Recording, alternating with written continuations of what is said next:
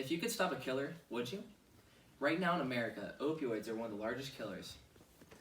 In this presentation, I will be telling you about the opioid epidemic, what causes the opioid epidemic, and some solutions my group has came up with to stop it. The opioid epidemic is a very dangerous and it's been killing many people the past couple of years, and it's growing at an alarming rate.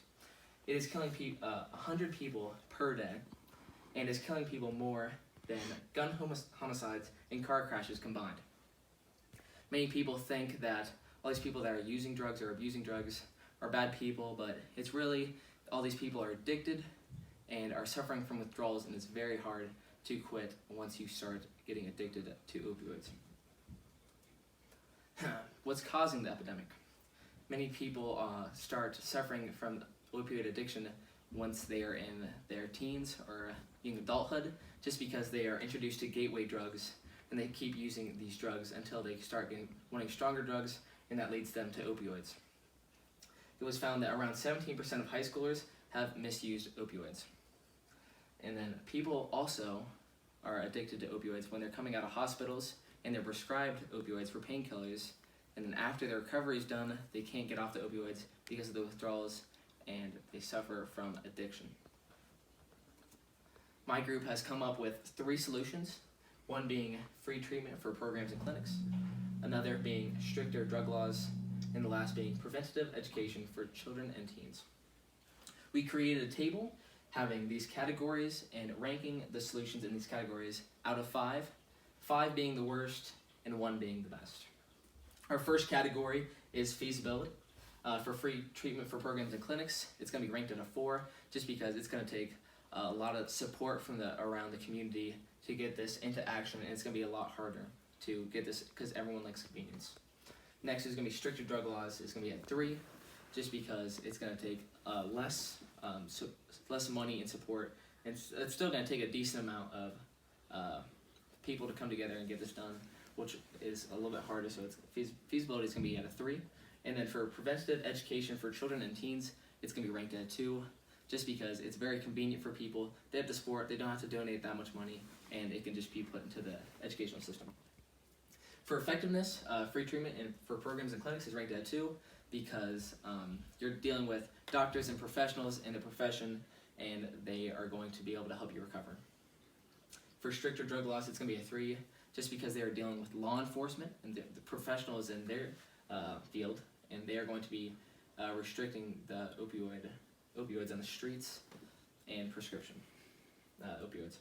And then for parental education, it's going to be at a 4, just because it's just a classroom in a high school or middle school, so it's not going to be as good as these professionals. Next is cost. A free treatment for programs and clinics is obviously a 4, because it's going to take a lot of money to get these professionals and doctors. Next is stricter drug laws is going to be ranked at 2, just because it doesn't take that much money to get bills and laws passed. Next is preventive education is 3, just because you have to pay these teachers and create the programs, which won't take that much money, but still moderately, so it's at a 3. Time, for treatment in programs and clinics, it's going to be a 4, just because it's going to take a lot of time to accumulate the support and money for them to create the programs and clinics and get the doctors and professionals. Next is going to be 5 for stricter drug laws, just because politics are so crazy. Getting bills and laws passed and getting the support you need for them takes a lot of time. Next is preventive education for teens. It's going to be ranked at 2, just because once you create the program, you can just put it right into the educational system. Next is resources available.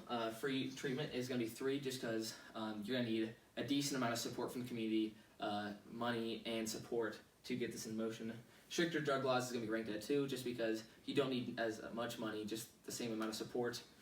And then preventive education, just because it doesn't need that much support or that much education to get these into motion.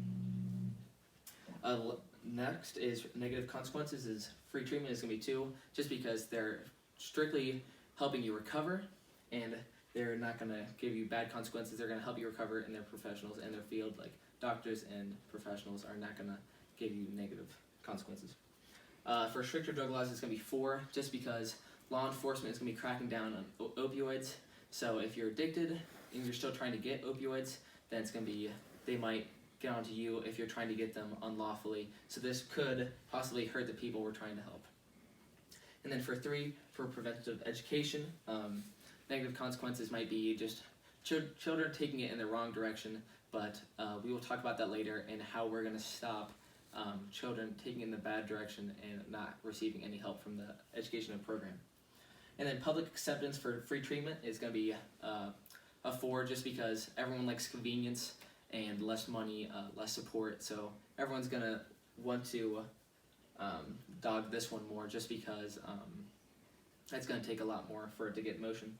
Stricter drug laws is 3, just because it's going to take less money, just more support. So the public will probably accept it more, just because people don't like donating money. And then for preventive education, people will probably like this one the most. It's ranked number 2, just because it doesn't take that much money, it doesn't take that much support, and there's actually a lot of schools are already have drug educational programs, but it's not what we want. That we want stronger educational programs. So when it all comes down, we have preventive education at 17, stricter drug laws at 22, and free treatment at 23. So preventive education will be our winner, and we'll get deeper into that. Many people say that there are already programs for drug education in high schools and middle schools, and to that we say that they are not doing a good enough job. We want to create more programs and services that help people recover as well as prevent, so that we'll teach them about how to recover from addiction, how to reach out for help, and use drugs safely if they are addicted. That'll be controversy to just say no programs that just prevent and just tell you how to stay away from drugs and not recover if you do get addicted, because everyone is human. And then pros, obviously it helps recover and prevent. And obviously the free healthcare is only for recovery. It doesn't help people prevent them from getting addicted to drugs, because only people that are addicted or abusing will go to these free health centers. Making new laws will only help prevent. It doesn't help people recover, just help stop opioids from getting out there. And education obviously helps prevent and recover if you do get addicted, and inform you more about drugs. And they might, as a fringe benefit, might take that home to their parents and help them if they are abusing or addicted to drugs.